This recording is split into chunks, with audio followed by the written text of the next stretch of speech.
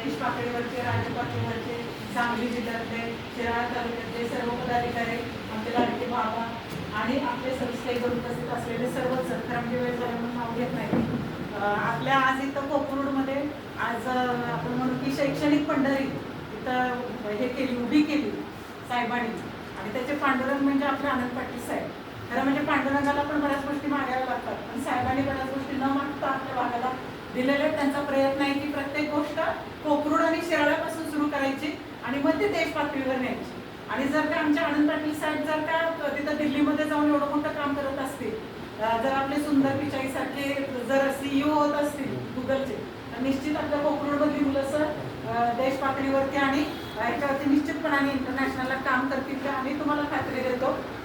खरं तर मला असं सांगायचं आहे बाबा की ही जी लोक आहेत ना, म्हणजे अगदी आपले देशमुख साहेब असू देत, आपले बाबा असू देत किंवा आनंद पाटील साहेब असू देत, खरं म्हणजे हे काही ह्या 25-30 वर्षात नाही घडलेलं. मला असं नेहमी वाटतं की कोकरूड जेव्हा स्थापन झालं हजारो वर्षांपूर्वी, त्या हजारो वर्षांमध्ये अशी कधीतरी अशी घटना घडते की अशी एवढी मोठी माणसं इथं निर्माण होतात आणि त्याचं श्रेय किंवा त्याचं जे काही कामाचं हे आहे रिटर्न तो त्या भागाला मिळतो.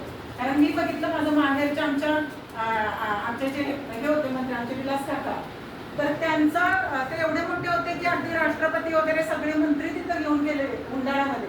पण आज जर आम्ही तिथं गेलो तर ते पोरकं झाल्यासारखं वाटतं गाव.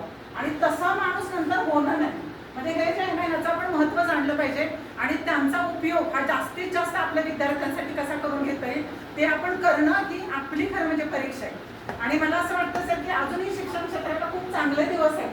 कारण इथे सगळे बसलेत ना, सगळे 7 त्यांनी पगार घेतात शासनाचा, एवढं चांगलं पेमेंट शिक्षण क्षेत्राचं असेल आणि जर आपल्याला ग्रांटेबलच्या सगळ्या शाखांना जर असं लाभ मिळाले आज AI साठी, हे जर का भारत सरकार करत असेल तर उच्च शिक्षण म्हणा किंवा हायस्कूल किंवा ज्युनियरला खरंच खूप चांगले दिवस आहेत.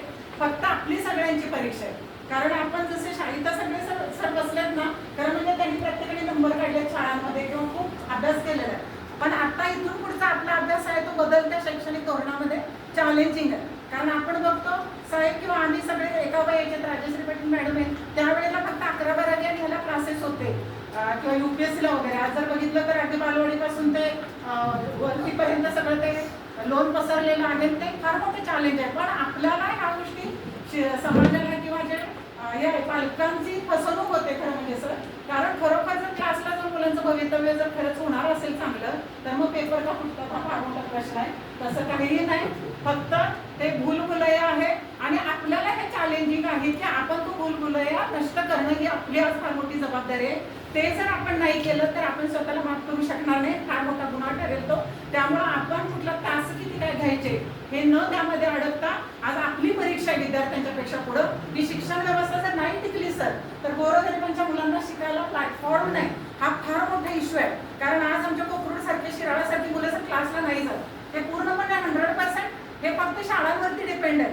आणि आपला हा सुधारित भाग आहे तसं म्हटलं तर पश्चिम महाराष्ट्र, ह्याच्यापेक्षा सुद्धा बॅकवर्ड कितीतरी भारतामध्ये किंवा महाराष्ट्रामध्ये एरिया आहे की त्या मुलांना फक्त गव्हर्नमेंट शाळांवरती डिपेंड राहावं लागतं. त्यामुळे माझी सर विनंती आहे की साहेब खूप मोठ्या पदावरती आहे की गव्हर्नमेंट शाळा, गव्हर्नमेंट कॉलेजेस हे सगळं टिकायलाच पाहिजे काही पण करून. त्यासाठी आम्ही 100% आमचं देऊ, शासकीय लेवलवरती आपला 100% मिळावा ही माझी सगळ्यात दुर्गम भागाच्या